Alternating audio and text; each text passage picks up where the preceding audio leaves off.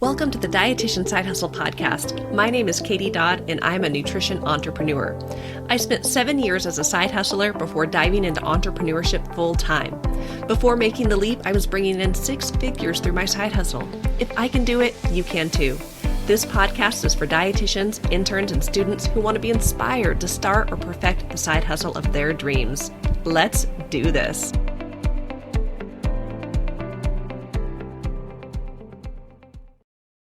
Hello and welcome to the 270th episode of the Dietitian Side Hustle podcast, Creative Side Hustles Outside of Dietetics. Now, a quick shout out for those who are regular listeners to the podcast and noticed when you opened your podcast platform today that there was not an episode ready to rock and roll for Dietitian Side Hustle. Now, if you listened to last week's episode, I had a little bit of a tech issue where my mic stopped working. So on Tuesday night, I had recorded an episode, went to upload it, realized the sound didn't record. The next day, I was running around, getting a new mic, figuring it out, got the podcast episode out. It was still on Wednesday, but very late. So sure enough, this week, late last night, I was recording a podcast episode. Great 25-minute episode, and the sound didn't work. New mic, sound didn't work. So I didn't have time to record it, and it took me a little bit today to get to recording. So hopefully this episode still drops on Wednesday, but it is late, and please accept my apologies. And my goodness, technology, when it doesn't work, how frustrating. So I will say I'm quite irritated from recording 2 episodes with no sound, but hopefully I will get this figured out because there's something going on with my computer or the platform I'm recording this on. I'm not quite sure what it is yet, but fingers crossed the sound is working on this one. So let's dive into the topic for today's podcast. So this whole topic we're discussing is actually coming out of a section of my book, Dietitian Side Hustle. Dietitian Side Hustle is my book that will be going live on November 5th. Little side note, I am uploading it tonight so that way I can get a proof and be able to have a real copy in my hand, read it from front to end, and just make sure there's no final edits that need to be done before we actually launch. So I cannot wait to get this book out into the world. I've been working on it since January, and it's going to be good, you guys. It's going to be so good, and I just can't wait. But when I was thinking about what I want to share with you guys, I wanted to share this section because this was kind of I wouldn't say last minute addition, but it wasn't in my original outline. I have a chapter, it's chapter 5, it's called Opportunities for Side Hustlers. And in it, I break down tons of side hustles, like so many side hustles. I do a deep dive into 5, like some of the most common dietitian side hustles, but then I list tons of other side hustles to get you started. And it wasn't until this summer that I realized I wanted to add one more section. I wanted to add one more section on creative side hustles outside of dietetics. Now, I often talk about side hustles as a way to fulfill our passions. Live your dreams, change the world. But let's be honest, some of us, we're just like, I want to find a way to make more money. I just want more cash. And there are all kinds of creative ways that we can make more money. So I'm going to kind of back up a little bit. We're going to go to this summer to where I was when I came up with the idea for this section and really the rabbit hole I went down to create it. So I was in Maui with my family. This was like a dream vacation. My parents had brought me to Hawaii 3 times when I was a kid, and I always wanted to bring my kids. I love vision boards. And I had a picture of Hawaii on my vision board, and it really was a dream vacation.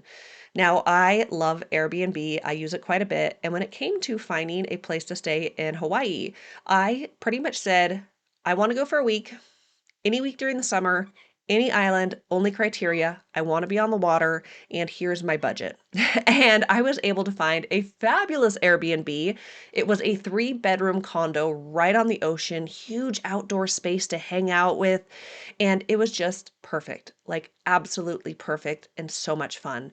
So I booked the space through Airbnb, and with this particular trip, I actually ran into a little bit of a snafu when it came to my planning. Now, my mom, my dad, and both of my children were coming with me on this trip. So there were 5 of us, and my kids are 10 and 14. So they're not tiny little kids. And I wanted to make sure that we got a vehicle with 3 rows. I wanted everyone to be comfortable. I didn't want to cram 3, full-size humans into a back seat, especially knowing how much we would be driving at Maui. So about a month before our trip, I went to go reserve my rental car.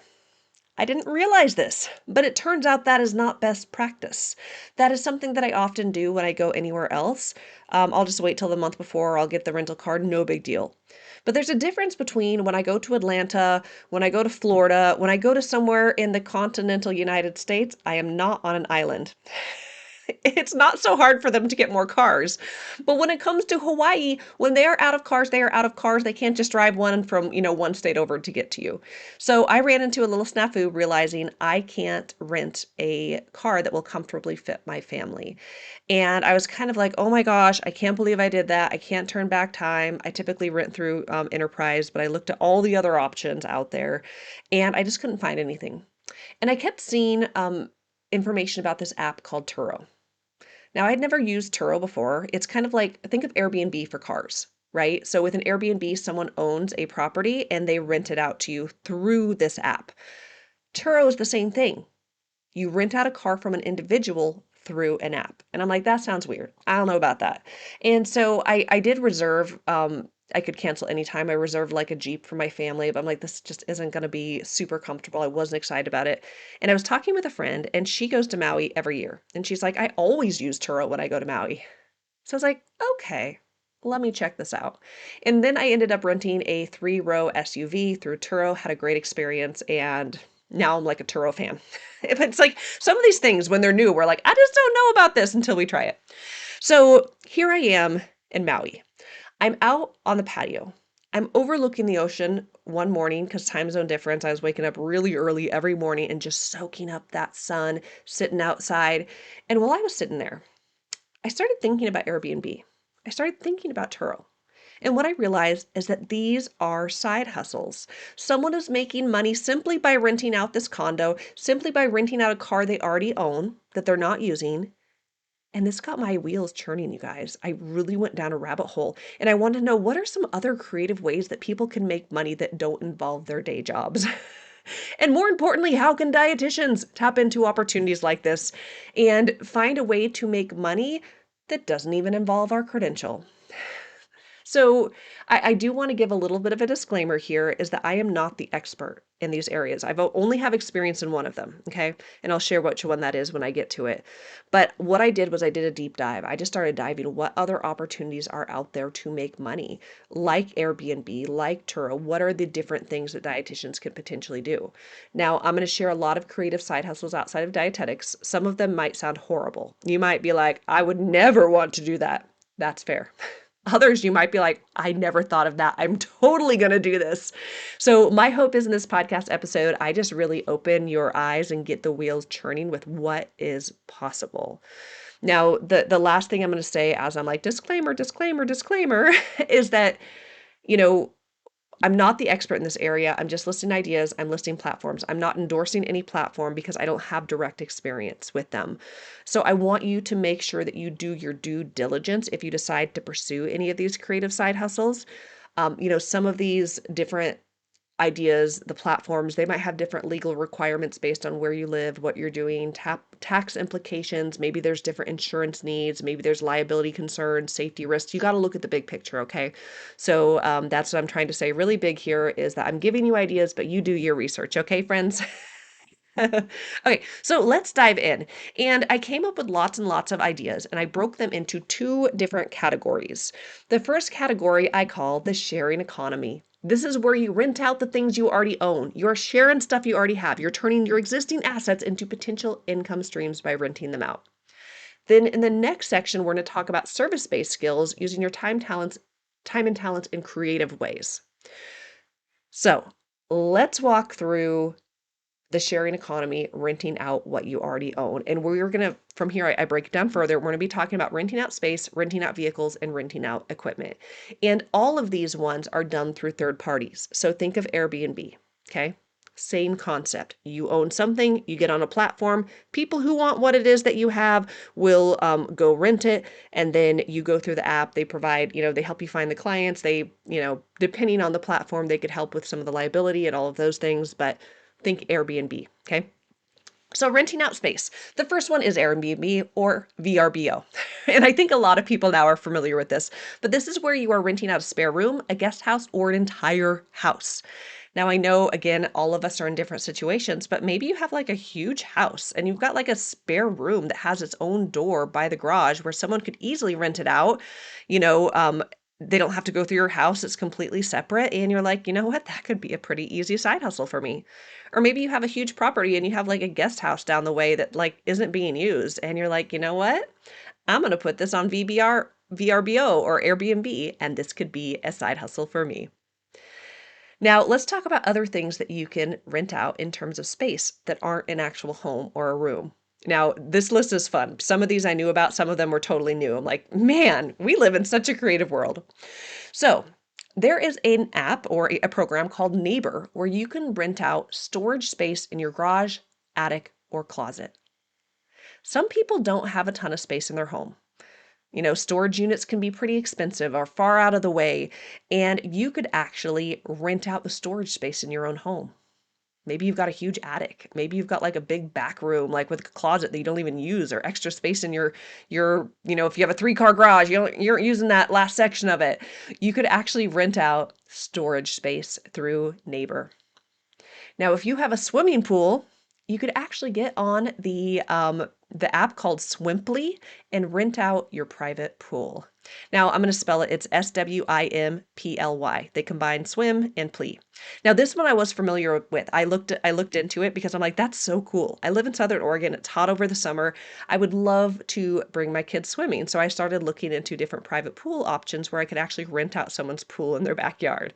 So if you have a pool, you don't use it all the time, you want to put a few days of the week on this app and see if you can get some people taking advantage. This next one's kind of cute. It's called Sniff Spot. This is a program where you could actually rent out your backyard as a private dog park. Think about people living in condos or apartments who don't have good access to like a good grass area. They don't want to go to a park. Their dog doesn't get along maybe well with other dogs, or they just don't want to deal with it. You could actually rent out your own backyard as a private dog park. You can also rent out your yard, home, or property for photo shoots or events. There's platforms like Home Studio Rentals and Peerspace. So if you have like a really beautiful property that you're like, man, this would be great for weddings or photo shoots, you can get on those platforms. And then finally, if you have like a lot of property, you could actually rent out land for camping. There's platforms like Hip Camp and Camp Space. Now, I know I already mentioned this, but I'm not endorsing any platform, and there's probably more platforms than what I'm listing, but I'm just giving you the ideas here, right? So you can rent out your space. The next category is renting out vehicles. I already told you guys about Turo. There's also a platform called Get Around, and these are platforms where you rent out your car.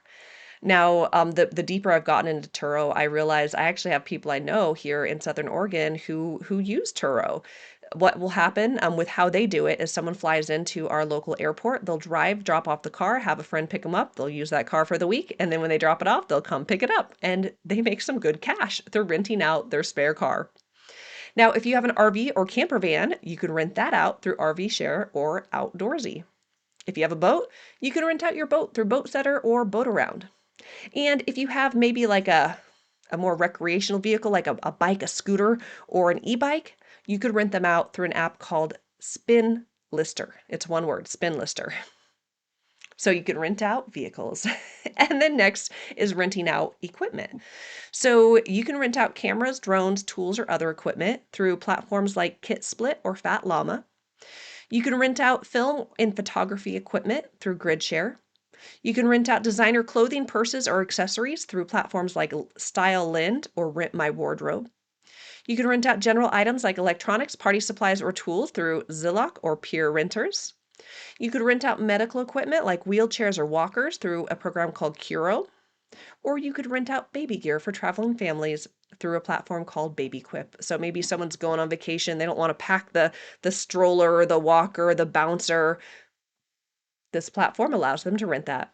Now, with all of these, I'm sure based on where you live, some like people might not even be active. Maybe if you live in a really rural area, you're like, no one's using this app. Or you might live in an area that, oh my gosh, so many people are on this. This is like an opportunity. I had no idea.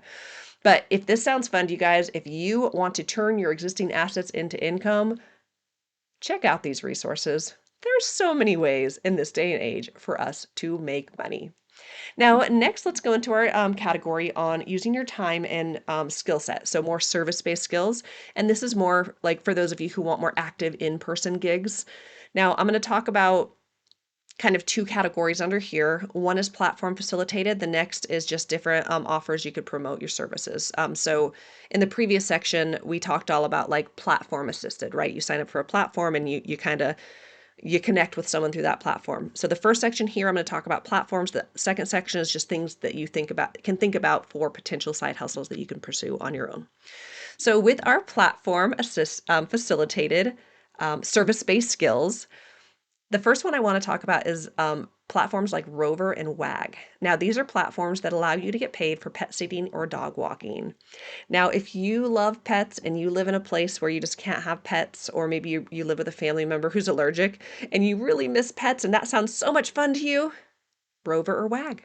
You could actually get paid to pet sit. You could get paid to go walk a dog, get your little furry cuddles in, and get that pet fix. Now, if you like maybe working more with people, you can do babysitting, elder care, or house sitting. So no people there, but you can do those through care.com or Sitter City. You can help with errands, movings, or odd jobs through TaskRabbit. You can complete freelance gigs in your area through platforms like Thumbtack or Bark.com. You can sell handmade crafts or physical products through Etsy. So maybe you're a crafter and you like to make bracelets or you like to, make scarves. You could do Etsy. You can sell things around your house that you no longer use on Facebook Marketplace. And this is actually something that this is like the one I do have experience in. And I have a love-hate relationship with Facebook Marketplace. I love it that I could go through my house and be like, well, what are the things that I haven't used in forever? What are the things I don't need? And then I go on Facebook Market, I look up those items, I put it up there with all the details, I post it, and then I sell it and make some cash. So it's a great way to declutter my home, but then also make money. But the thing I don't like about Facebook Marketplace is that there's so many flaky people that it always frustrates me when someone's like, oh, yeah, I'll be there. And then I'm like, the kids and I want to go somewhere. I'm like, no, we got to wait for this person to pick it up. And they no show. Whew, that's my pet peeve. But I still like Facebook Marketplace as a way to sell things in your house that you no longer use. And honestly, this is a quick win. If you're like, I want to make some money now, something that each and every one of you can do right now, go through your house, look for something you no longer use, post it on Facebook Marketplace, and sell it there. And you don't have to have people come to your home. You can go like meet at a local Walmart or public place too. So another way that you could sell on Facebook Marketplace is upselling and upcycling and selling furniture locally. So some of you have a gift for this. Maybe you see some really, janky furniture on the side of the road with a free sign, like a table. It's like wobbly, doesn't look good. You bring it home. You sand it up. You put some good nails in it. You paint it. It looks good as new and you sell it for a profit. So that's a legit side hustle. If it's something that you love to do, it incorporates creativity and honestly some physical activity for those types of projects. But that can be a potential side hustle. You could also test websites or apps through a platform called user testing. You could be a mystery or secret shopper at local businesses through platforms like Field Agent and GigWalk. This is one I've actually heard quite a few dietitians do, is being a secret shopper. You can do virtual assistant work, doing admin tasks, so not related to dietetics. You could find gigs through Fiverr or Upwork. You could also edit podcasts and videos for creators. You can do transcription or data entry work through Rev. You could do voiceover work from home through platforms like voices.com or Fiverr. You could write resumes or optimize LinkedIn profiles through LinkedIn Services or Fiverr. You could tutor students in subjects like math, English, or test prep. There's platforms called, I'm going to butcher this, Wyzant. It's Wyzant and tutor.com. You can sell vintage and thrift flips through eBay, Poshmark, and Mercari. Now, I want to explain really quick here. So this would be like you go to a yard sale and you find something. You're like, oh my gosh, this is like vintage. People will pay good money for this. So you buy it really cheap and then you go resell it on a platform that is national. And could you sell these on Facebook Marketplace? Sure. But I feel like with Facebook Marketplace, you have a smaller audience, right? Some of these more like vintage and thrift flips, like you got to have the right buyer. So that's why we'll often see people put them on like, a Mercari or eBay because they are a little bit, a bigger pool of people can find your stuff. So those are the platform facilitated service-based side hustles that you can look into. Now, I want to talk about some other things that you could offer and promote just to get the wheels turning for creative side hustles outside of dietetics. And again, this is all based on your gifts, your skills, and what you love to do. You could do photography. You can take pictures of family, events, or even stock photo creation. You can have a mobile car detailing or pressure washing service. Maybe you just love cleaning cars. You're like, that's fun to me. I've got all the equipment. I love, getting all the little bits of dirt and the cracks all cleaned up. That's an awesome service that people want. You can do house cleaning or professional organizing. I actually have a friend who lives a couple towns over. Her whole business started by organizing closets, and now she's like crushing it with an amazing online business. You could do mobile car washes. You could pressure wash driveways, patios, or homes. You can do like mow lawns, rake leaves, shovel snow. These are all gigs that you could do. You can run a vending machine service. I've actually heard of people do this before where they buy vending machines and it's like a passive income side hustle. They just go make sure it's stocked. And I mean, a lot of it's like where they're placed. There's a lot of details to it, but that's a legit side hustle. You could offer handy woman services or handyman services like repairs or painting if that's your jam. You can install holiday lights during the winter season. You can clean and sanitize trash bins.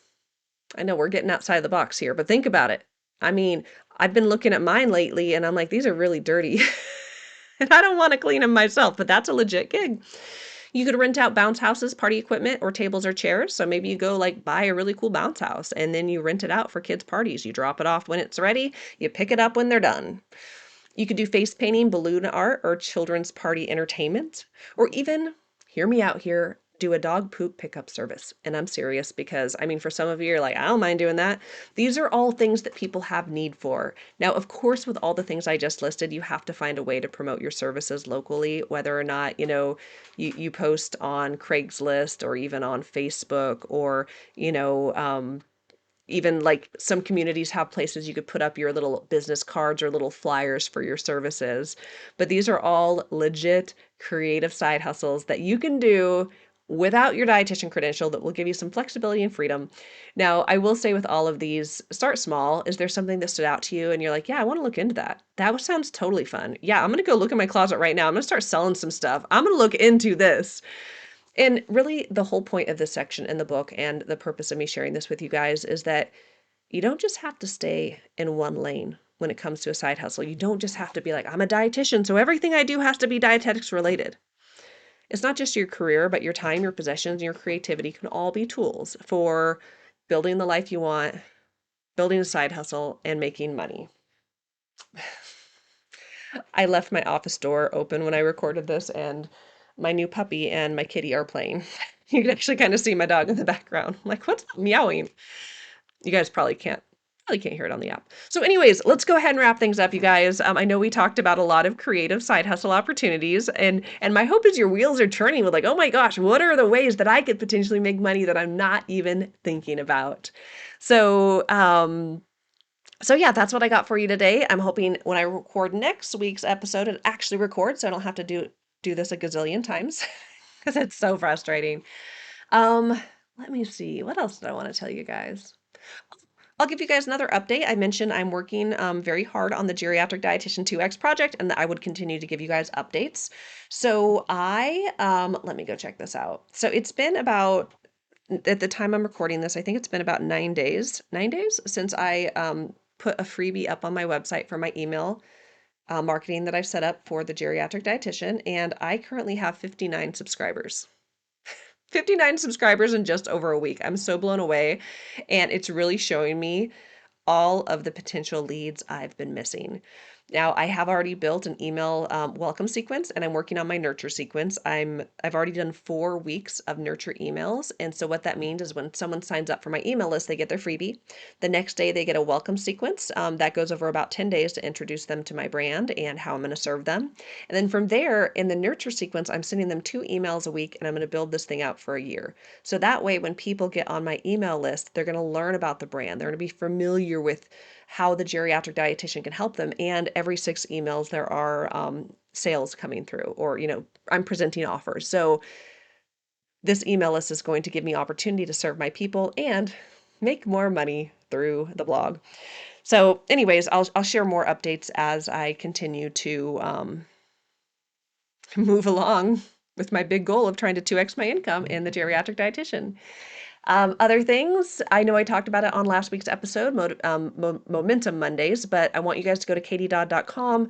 I'm going to be doing 8 webinars between now and the end of the year. Go sign up for them, you guys. It's a way to continue momentum, get access, pick my brain, access to me, pick my brain, learn all kinds of great things. I'm really excited about them because it's just going to be a chance for me to connect with you guys in real time. So thank you so much for listening to the podcast. I appreciate each and every one of you so very much. And go to katiedodd.com if you want to learn about all the ways we could work together. Yeah, I'll see you all next week on the podcast. Thanks, guys.